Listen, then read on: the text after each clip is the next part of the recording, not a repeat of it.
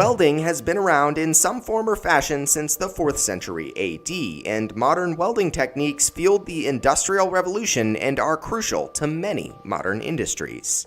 Welding is a very broad term, covering hundreds, if not thousands, of specific materials joining processes.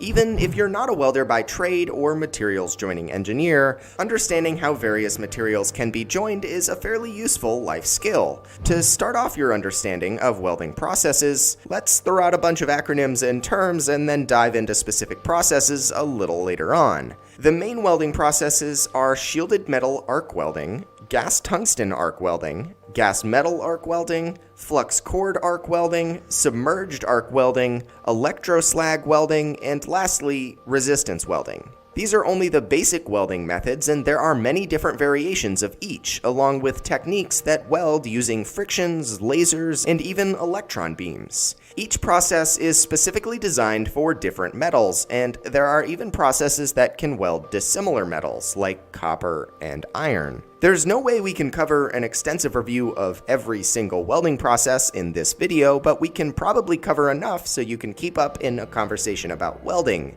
if you ever find yourself in one of those.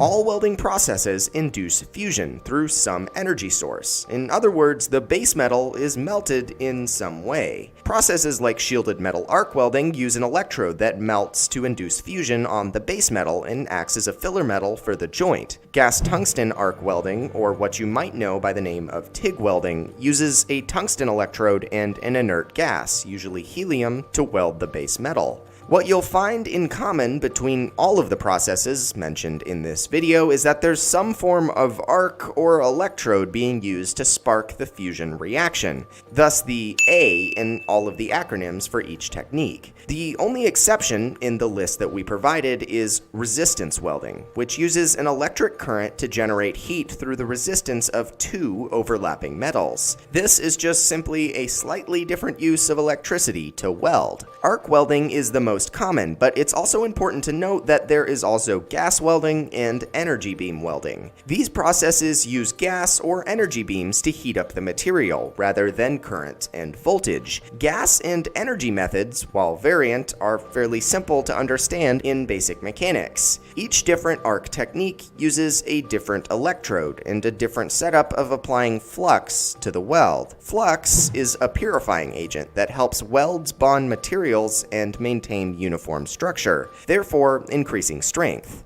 For most of the welding techniques, you can somewhat infer how they work from their names. Flux cord arc welding uses a wire with, you guessed it, a flux core. Contrary to what you might think, submerged arc welding isn't actually an underwater process. It uses a consumable electrode to weld under a blanket of flux, therefore submerging the weld under the flux to keep it safe from the atmosphere.